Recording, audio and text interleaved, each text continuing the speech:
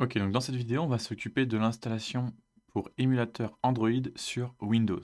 Ok, donc c'est très simple. Il faut commencer par aller sur le site officiel de Android Studio et d'installer Android Studio. Donc tu peux cliquer sur le gros bouton vert une fois que tu es sur le site officiel. Tu descends un petit peu, tu leur dis que tu es OK. Et donc là, tu cliques sur le gros bouton vert. Normalement, il devrait sélectionner ce qui est correct en fonction de ton système d'exploitation, donc Windows.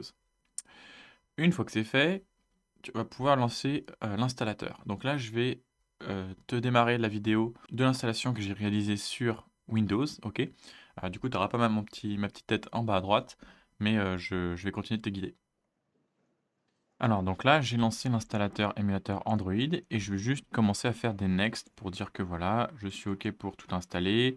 On choisit le chemin, je fais next. Ensuite, on laisse par défaut pour le menu de base. Et ensuite, ça va s'installer. Donc, ça va prendre un petit peu de temps. Voilà, une fois que c'est terminé, donc on va cliquer sur Next. On termine et ça va démarrer Android Studio. Donc selon la version, évidemment, l'image peut changer un petit peu. Donc là, on arrive sur le menu de départ, on fait Next. Ensuite, on choisit Standard.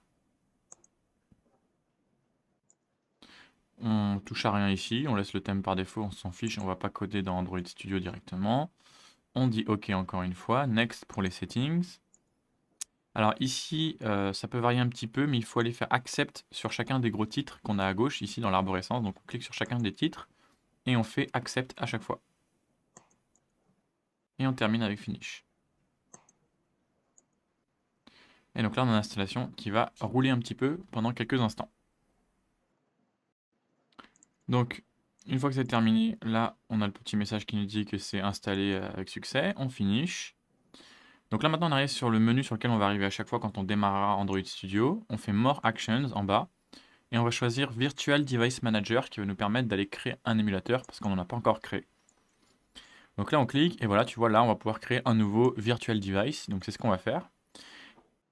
Donc là, ici, il va falloir qu'on choisisse un type d'émulateur. Donc nous, on va choisir un Pixel 6. Généralement, on choisira toujours un Pixel. C'est les recommandés. On prend le dernier Pixel, c'est celui recommandé par Google.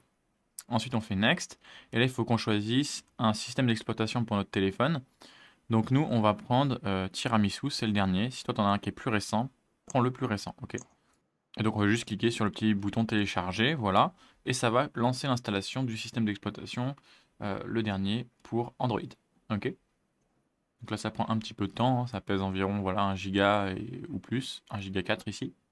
Donc une fois que c'est terminé, voilà, ça nous dit que c'est finish et completed. On peut faire finish. Et là maintenant c'est bon, on a bien Tiramisu qui est sélectionné dans mon cas. Donc je peux faire next. Là ici on touche à rien, on peut changer le nom de notre device, on va pas le changer. Voilà, et en principe là t'es bon, maintenant tu peux lancer ici ton émulateur. Ok. Et donc là, hop, tu fais play. Et maintenant les prochaines fois, bah, quand tu iras dans les options, tu pourras directement les lancer ton émulateur. Donc là, il va se démarrer. Donc c'est la première fois qu'il se démarre. Du coup, il va falloir qu'il fasse le petit setup de démarrage, la petite installation de base de démarrage. Donc ça prend un petit peu de temps. Faut le laisser mouliner. Le temps qu'il installe un petit peu les choses par défaut. Donc là, voilà, il va t'afficher un petit écran Google. Donc là, tu vois, il démarre. Donc ça prend un petit peu de temps. Donc là, j'étais pas sûr de si ça voulait dire qu'il avait terminé ou pas. Du coup, j'ai cliqué sur le petit bouton rond pour dire reviens au menu à la page d'accueil. Bah, du coup, fais pareil hein, pour être sûr. Donc là, j'ai cliqué ici. Voilà. Je sais pas s'il l'a pris en compte ou si ça allait se faire de toute façon naturellement. Mais peu importe. Du coup, on est ici donc sur le bureau, ce qui est cool. Et du coup, on va pouvoir lancer notre application React Native directement dans l'émulateur. Donc on va venir dans notre console ici, et tu vois ici, ils disent que si on appuie sur A, eh ben, ça va lancer l'émulateur Android et ça va lancer notre projet dedans. Du coup, j'appuie sur A, là tu vois, tac, il commence à installer Expo Go, mais sur l'émulateur. Et une fois que c'est fait, maintenant, il va lancer l'application ensuite. Donc ça prend un petit peu de temps. Les prochaines fois, ça ira plus vite parce que là, il y a plus d'installation à faire vu que c'est la première fois. Ok, donc là, tu vois, il est en train de charger. Et voilà, en principe, c'est bon. Ça, le message que tu voyais ici, ça veut dire que le projet est OK. Donc là, je fais Got it, je ferme tous les menus. Et voilà, donc si tu as ce texte-là, ça veut dire que ton application React Native, elle tourne bien. Du coup, bravo. Et du coup, quand tu auras fini de bosser avec ton émulateur, ce que tu fais, c'est que tu cliques sur le bouton Standby, ça va le mettre en genre de veille. Et ensuite, tu cliques sur la petite croix pour fermer ton émulateur.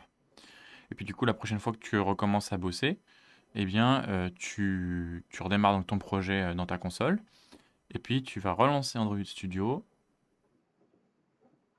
Et ensuite, tu cliques sur les petites actions en bas, Virtual Device Manager, comme on a fait tout à l'heure, mais maintenant il existe, et tu fais Play.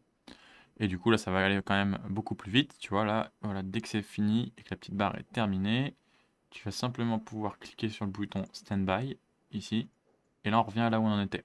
Et du coup, là, ici, ce que tu peux faire, c'est juste que tu appuies sur R pour rafraîchir, pour avoir vraiment le dernier code, et voilà, t'es reparti pour bosser. Voilà, à bientôt.